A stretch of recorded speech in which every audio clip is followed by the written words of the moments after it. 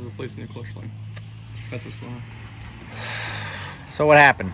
Yeah, so we were driving home today, and I pulled into a handicap spot, no, I pulled into the local bakery's pickup spot, so I was kindly asked to leave.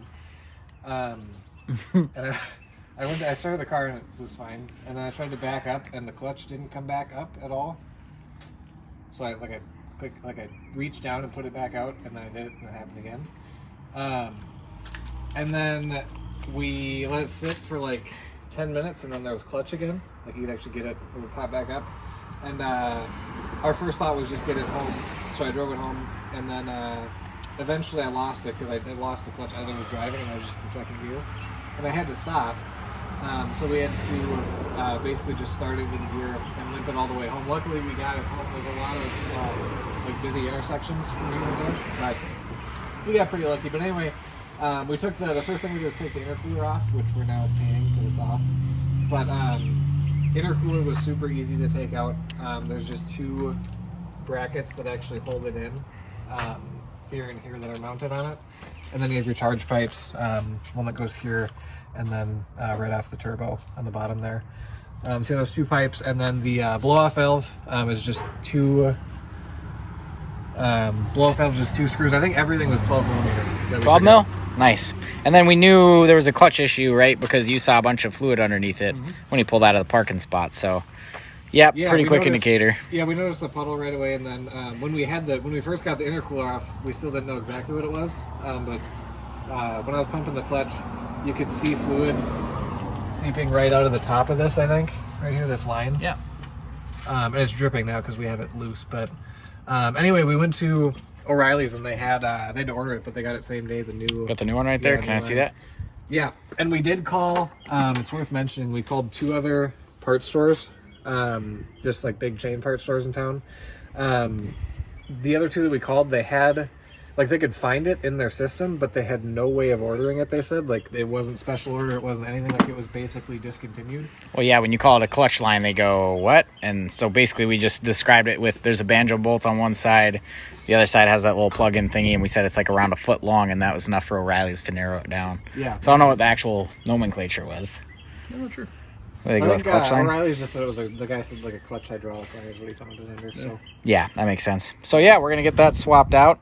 What are other issues? So we lost the clutch. First thing me and Nate were thinking, obviously, was like my RS. It could have been the slave cylinder went bad. Oh, the clutch itself went bad, welded itself. Or, which is the luckiest thing, is a $20 clutch line. So Gus's luck continues. Yeah, this is the most severe problem I've ever had with a vehicle in my life, and I hope it stays that way. Oh, we'll see.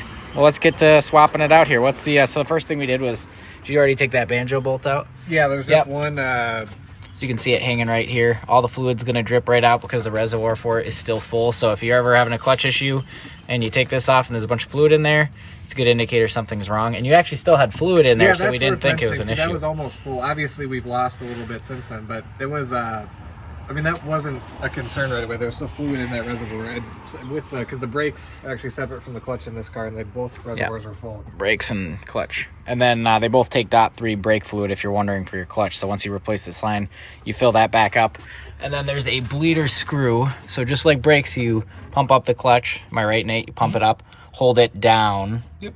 Hold it down, release this, it'll crack it open, and then tighten this again, let the clutch out. We'll show you how it works later on, but this right here is a little annoying to get to, so you're definitely going to need two people. And it was leaking right out of the top of this line. So what we did figure it out was fill this back up to where it had enough fluid in it to start actively leaking again, pump the clutch in there, which it was stuck on the floor, pulled it out, pushed it in and out. So while Gus was in there pumping the clutch, we could see all the fluid squirting right out of this line right here. And you can see it's a little shoot up on the top there. So yeah. Pretty lucky, all things considered, and hopefully that's the only issue we have for a while with the clutch. But yeah, let's get to it.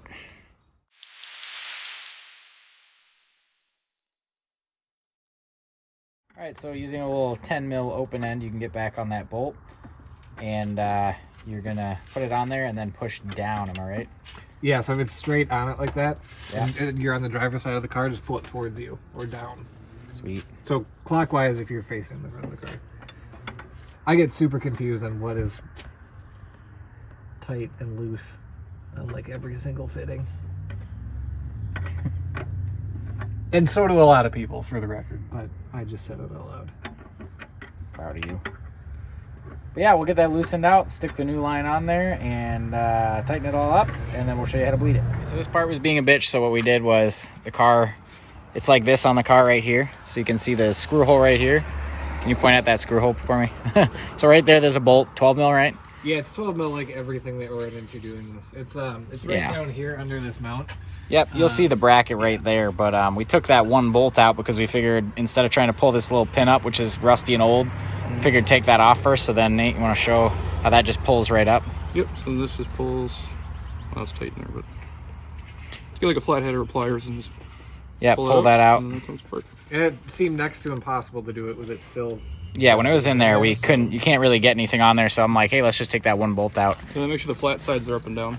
There's a little notch in there, so it can't rotate. Perfect. If it goes this way, it won't fit in there. So yeah. And so we test fitted the new line to what it threads into right here. This little clutch line, brake line looking thing. So we made sure the threads fit on that before we go all the way in here and then find out we have the wrong line. And it is a little longer than the stock one, but it still should work no problem.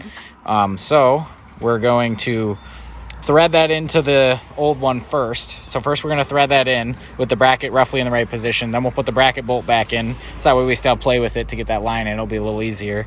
And then we'll connect the banjo bolt side and we'll be done. And then we'll fill the reservoir and bleed it. Okay, so to bleed a clutch, what we're doing is I'm in here operating the clutch pedal, which is currently stuck to the floor. So I'm going to pump it with my hand here a couple times. All right, we're getting there. Okay, go ahead, and then I leave it on the floor, so all the way down, all the way depressed to the floor here. He cracks the bleeder up there, and then when he tightens it again, I can pump it again. And eventually, once we work out a ton of air in these lines, we're going to be able to get clutch back where it's not going to be sitting on the floor every time I do anything. We'll actually be able to use the clutch again. So we're hoping that works out here. So it's taking a while, a lot of pumps, a lot of air in here. It's a brand new line, and yeah, I don't have a bleeder kit, and I don't really care to buy one. So here we are.